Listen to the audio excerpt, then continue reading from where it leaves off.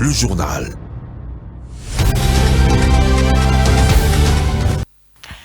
« 19h à Kinshasa, 1 heure de plus à Paris. Mesdames et messieurs, bonsoir. On se retrouve pour une nouvelle édition du journal sur Mondico Télévision. Voici le titre de votre journal.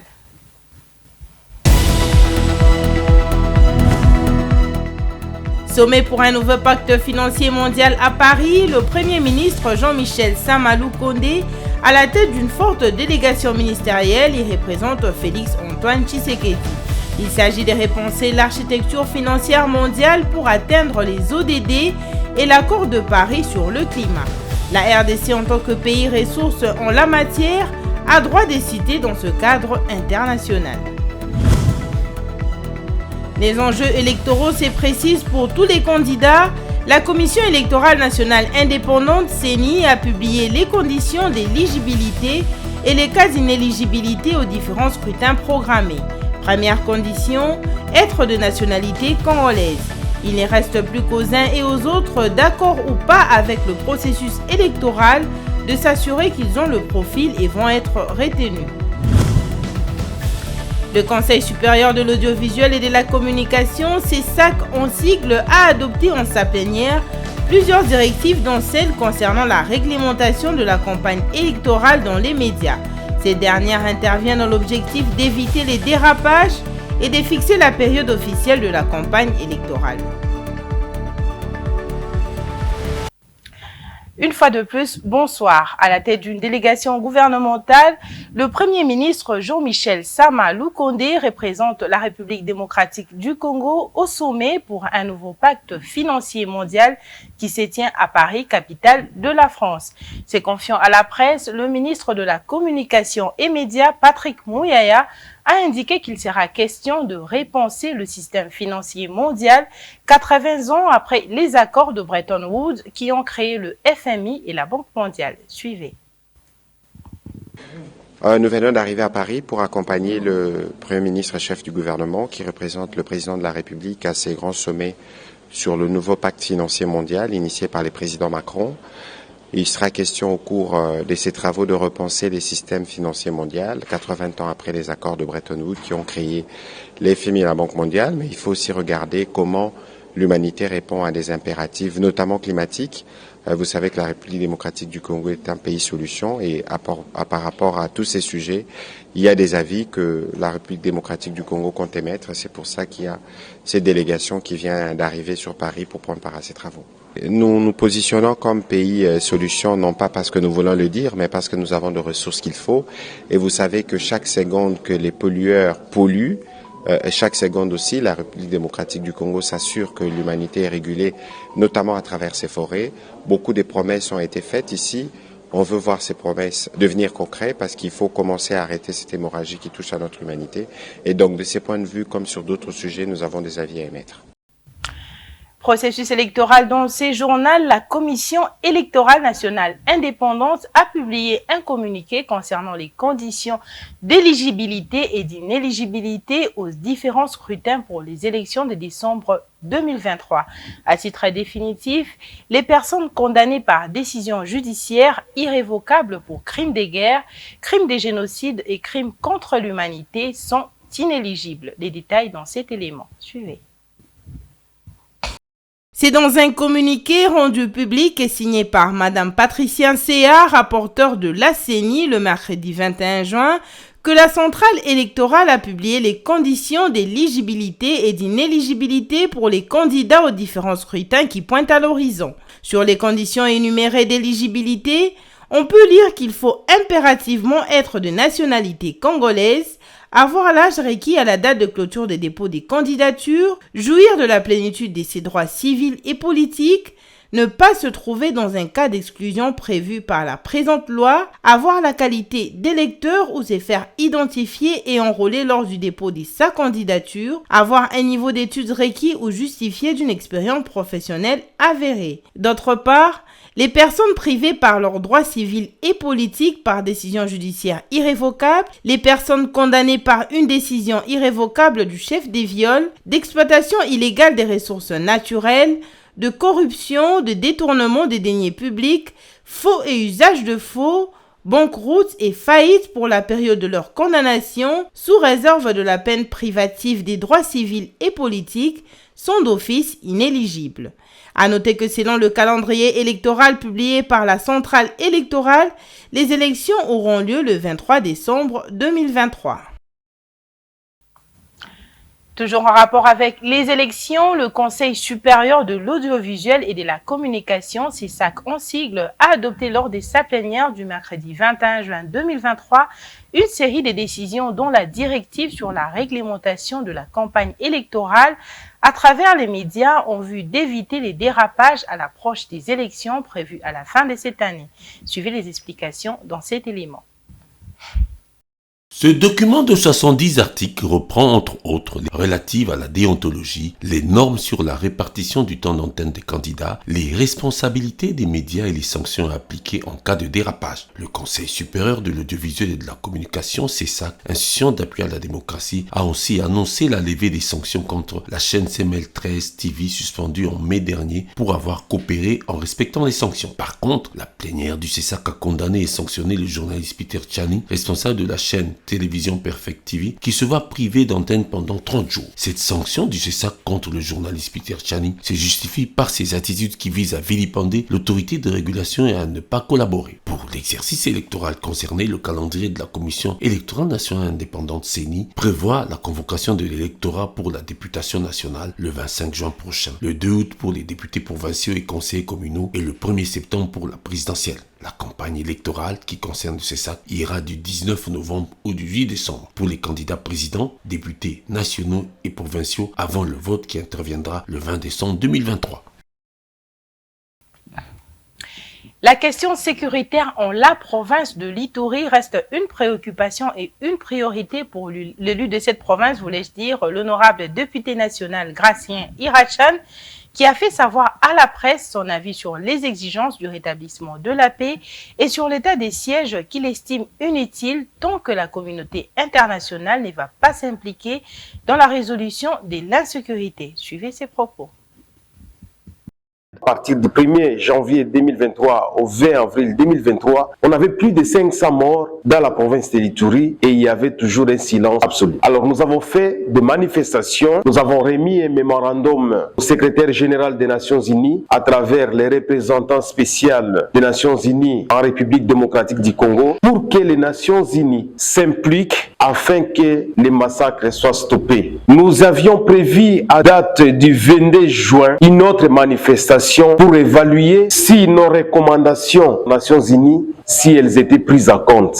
Il s'agissait de faire pression sur le gouvernement congolais en fait de s'assumer comme pays pour qu'il y ait intervention au niveau international sur tous les plans et notamment aussi la situation humanitaire qui est désastreuse. Et nous allons donc accompagner le processus tant au niveau national qu'au niveau international tout en état près de la population. Si nous sentons qu'il y a un délaissement, qu'il y a un ralentissement, que ce soit du gouvernement, que ce soit de la communauté internationale, nous pensons que nous allons revenir à la manifestation.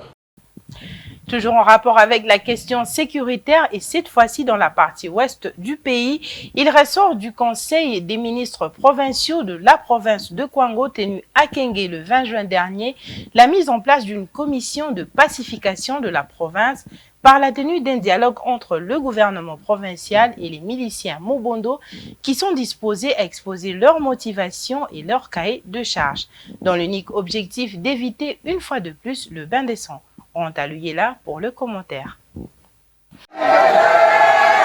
On tend vers un dialogue entre le gouvernement provincial du Kwango et les miliciens Mobondo. La mise en place d'une commission de pacification a été décidée lors de la réunion du conseil provincial de ministres. La réunion s'est tenue mardi dans la ville de Kenge. Le porte-parole du gouvernement provincial du Kwango, qui rapporte la nouvelle, précise que cette option a été levée pour éviter un nouveau bain de sang. Maître Adelan Kissi ajoute qu'il y a actuellement un peu plus de contact entre les deux parties. Il faut noter que la présence de miliciens est bien signalé, ceux-ci sont bien disposés à dialoguer, bien sûr, avec les institutions de la République pour exposer leurs motivations et leur cahier de charges. Nous pensons en tant qu'exécutif que cette option est salutaire à partir du moment où ça peut éviter une fois de plus de bains de sang. Il a été décidé au Conseil des ministres la mise en place d'une commission avec la société civile, l'Assemblée provinciale, qui feront partie de la commission pour commencer de manière officielle. Au sujet du passage des opérations militaires à la commission, Maître Adelan Kissi indique que la deuxième option a été adoptée faute de résultats de la première. Il vous souviendra que les opérations militaires ont commencé à Kwamut et ont repoussé les Mobondo vers Kwango. Dès que les Mobondo ont été repoussés au Kwango, l'option militaire s'est arrêtée. Quand il y a eu de morts, on nous a envoyé des militaires ici sur la route principale. Nous avons appris qu'à Popo Kabaka, on a envoyé des militaires. Les Mobondo sont à l'intérieur où parfois les militaires ne peuvent pas arriver. Il n'y a pas de fait escompté sur le plan de la gestion de la Res Publica. Il faut passer à l'autre option. Les miliciens Mobondo ont fait leur première incursion au Kwango le 12 mai de l'année en cours. Au moins 34 morts ont été rapportés par les organisations de la société civile locale à la fin du mois de mai et plus de 20 000 déplacés, dont 11 enfants victimes des violences sexuelles commises par ce milicien.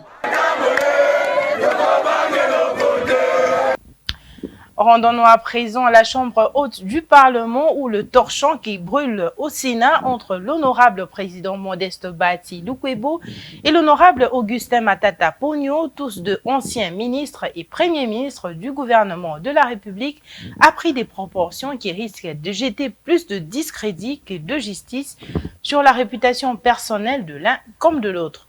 Jugé du degré des reproches que l'honorable sénateur Matata a déclaré sur l'honorable Bahati devant la presse. Suivez. Et on ne peut pas avoir un président du Sénat qui est pour une partie et contre une autre partie.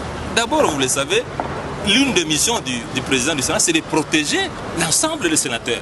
Mais aujourd'hui, son rôle, c'est d'attaquer un sénateur. Mais lui, quand il était ministre dans mon gouvernement, moi, je l'ai protégé. C'est même bien moi qui l'ai accepté dans son gouvernement, dans ce gouvernement-là. Parce qu'on ne voulait pas de lui, pour des raisons que vous connaissez. Personne ne voulait de lui. Parce que j'étais chef du gouvernement, je l'ai accepté. Et je peux même vous dire, tous les actes qu'il a posés, mais certains d'entre eux étaient de mauvaise gouvernance. Et je peux les témoigner. Mais quel est le jour où vous avez entendu le Premier ministre Matata agir contre le ministre Bahati? Mais il a tout oublié. Deuxième point, mesdames et messieurs de la presse. Je viens de porter une plainte. C'est aussi pour la première fois dans l'histoire de ce pays qu'un sénateur porte plainte contre le président du Sénat. Cette fois-ci, vous êtes des journalistes, vous êtes témoins. Vous allez aussi vérifier si cette justice est juste. Prenant en compte des évolutions économiques récentes et les perspectives pour la deuxième moitié de l'année 2023, la Banque centrale du Congo, BCC en sigle, a décidé du prélèvement du taux directeur de 9 à 11% et celui du coefficient de la réserve obligatoire sur les dépôts en monnaie nationale de 0 à 10%. Explication dans cet élément. La décision a été prise au cours d'une réunion du comité de politique monétaire CPM, présidée par la gouverneure de la Banque centrale du Congo, Malangu Kabedi Mbui. Pour la BCC, la persistance des incertitudes au niveau de l'économie mondiale, en ce qui concerne la croissance et l'inflation, et celle des chocs internes et externes, impose une vigilance accrue dans la conduite de la politique monétaire et de change, et une coordination renforcée avec la politique budgétaire. Selon les statistiques livrées par le comité de politique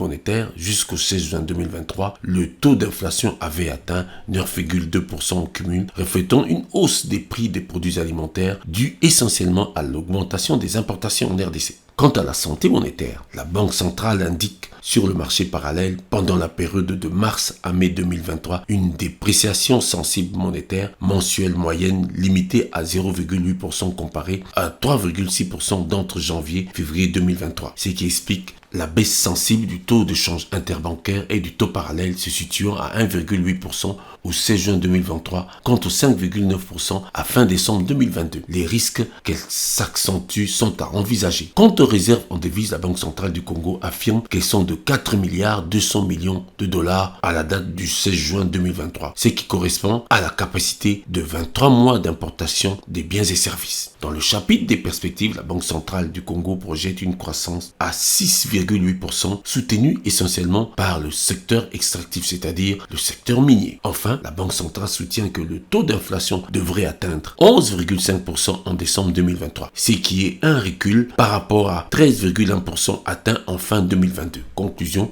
notre économie a encore beaucoup à faire pour refaire et stabiliser le cadre macroéconomique. Parlons autre chose à présent dans ce journal. À Kinshasa, les véhicules accidentés peuvent retrouver une seconde vie et c'est là grâce au génie des mécaniciens du quartier 1 dans la commune de Njili, un travail qui s'est fait depuis plusieurs années. Suivez le constat fait par nos confrères de l'ACP.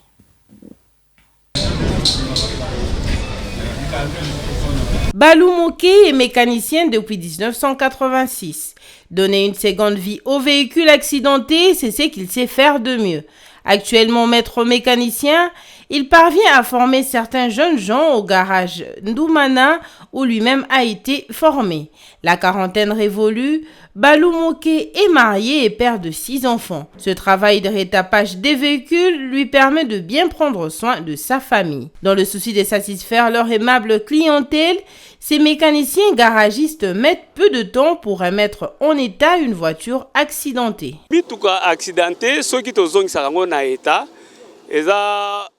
Nous rétapons les véhicules accidentés pour satisfaire nos clients qui sont propriétaires. Au lieu de perdre son véhicule totalement et avoir de regrets, nous, avec notre technique que nous appelons des tôleries ou tôlage, nous faisons en sorte que ces véhicules soient récupérables de façon que le propriétaire ne soit pas totalement déçu. C'est la raison pour laquelle nous faisons l'effort de les rendre dans un état normal.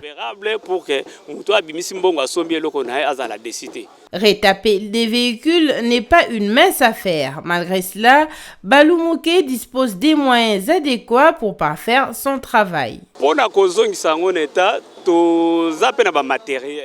Pour remettre le véhicule à l'état, nous disposons des matériels adéquats qui font que si un véhicule est endommagé, nous pouvons le placer au marbre. Le marbre est une partie qui nous permet de tirer le véhicule endommagé. C'est juste pour tirer le véhicule afin qu'il ait une forme.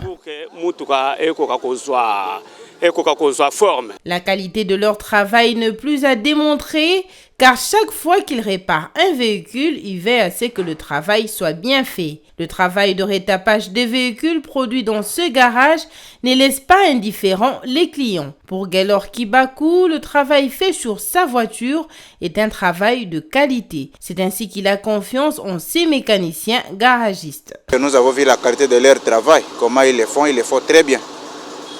C'est pour cela qu'on les a fait confiance. Aussi longtemps qu'il y aura des accidents de circulation, ces mécaniciens ne manqueront pas du travail. Reste qu'ils organisent bien leur garage et trouvent des bons équipements pour augmenter leur capacité d'accueil afin d'écourter les durées de travail sur les véhicules accidentés qu'ils reçoivent. En sport, à présent, après leur victoire à Franceville devant les Panthères du Gabon, le dimanche dernier, les Léopards de la République démocratique du Congo joueront leur qualification au mois de septembre face au Soudan. Dans un groupe acéré, la RDC pourra quant à elle se contenter d'un match nul ou d'une victoire pour revenir à la tête du groupe et arracher sa qualification. Les explications, voulais-je dire, dans ce commentaire. Grâce à sa plus belle victoire contre le Soudan qu'il a recevé 3-0 le mardi 20 juin dernier à Agadir au Maroc, la Mauritanie s'est hissée en tête du groupe 1 des éliminatoires de la CAN 2023 à l'issue de la 5e journée des qualifications. Dans cette rencontre dominée par la Mauritanie, la première réalisation a été l'œuvre de Noumed El Had à la 26e minute et il a été imité au retour des vestiaires par un but de notre défenseur El Hassen Ouébib à la 50e minute. Dans la foulée, et Meya Tanji a définitivement plié le match en enfonçant le clou d'un piqué à la 56e minute. Fort de ces cartons, les hommes d'Amir Abdou virent en tête du pool en doublant la RDC et les Gabon. En septembre, lors de la dernière journée, la Mauritanie devra recevoir à domicile les Gabon et un match nul lui suffira pour se qualifier pour une 3e CAN consécutive. En revanche, les Panthères du Gabon, qui ont été surpris 2-0 à domicile par le Léopard de la République démocratique du Congo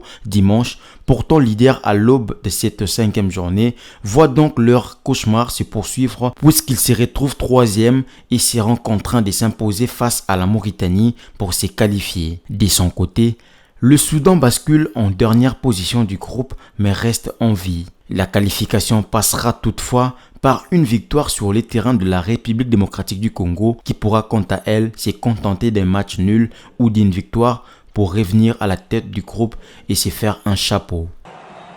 Fiston Mayele. Oh là là là là là. Le but exceptionnel de l'homme en forme. L'homme en pleine confiance, le meilleur buteur de la Coupe de la Confédération de la CAF. Il n'a pas réussi à la gagner avec les Young Africans battus.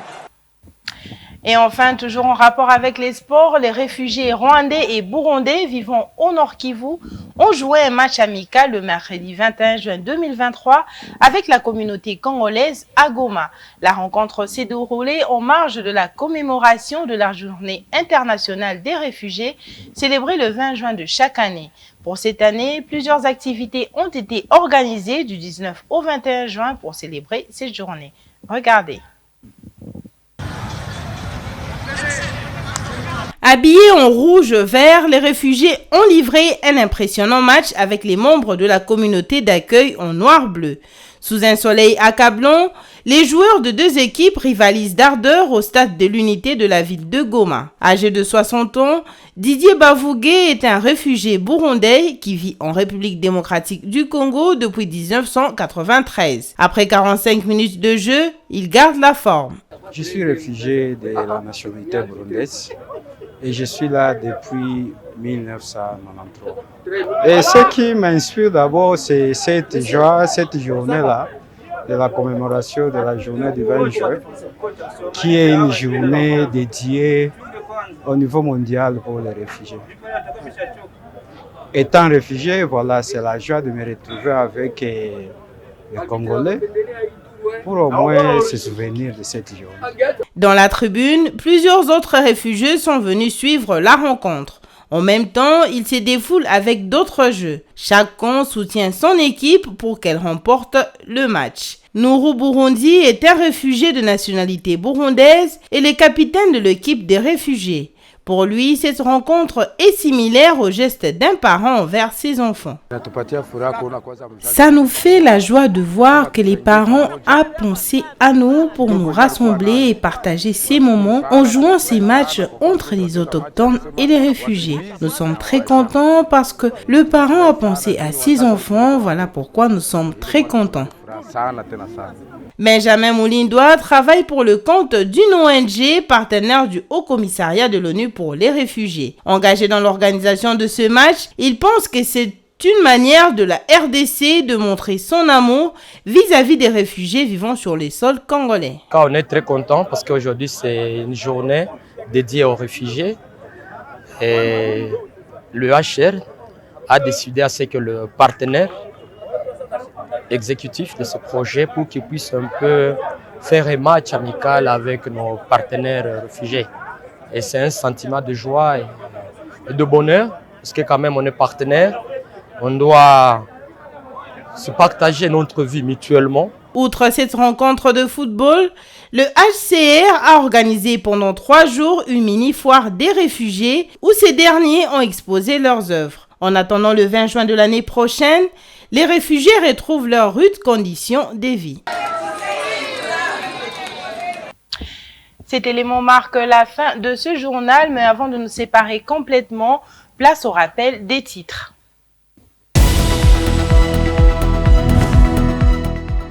Sommet pour un nouveau pacte financier mondial à Paris, le Premier ministre Jean-Michel Samalou Kondé, à la tête d'une forte délégation ministérielle, y représente Félix Antoine Tshisekedi. Il s'agit de repenser l'architecture financière mondiale pour atteindre les ODD et l'accord de Paris sur le climat. La RDC, en tant que pays ressource en la matière, a droit de citer dans ce cadre international. Les enjeux électoraux se précisent pour tous les candidats. La Commission électorale nationale indépendante CENI a publié les conditions d'éligibilité et les cas d'inéligibilité aux différents scrutins programmés. Première condition, être de nationalité congolaise. Il ne reste plus qu'aux uns et aux autres, d'accord ou pas avec le processus électoral, de s'assurer qu'ils ont le profil et vont être retenus. Le Conseil supérieur de l'audiovisuel et de la communication, CESAC en sigle, a adopté en sa plénière plusieurs directives, dont celle concernant la réglementation de la campagne électorale dans les médias. Ces dernières interviennent dans l'objectif d'éviter les dérapages et de fixer la période officielle de la campagne électorale. Ce journal est complètement terminé. Retrouvez Ronta Louyela pour la prochaine grande édition du journal demain, vendredi. Quant à moi, je vous dis bonne soirée et bonne suite de programmes sur votre chaîne Mondico Télévision. Une pensée en écrit. Bonsoir chez vous.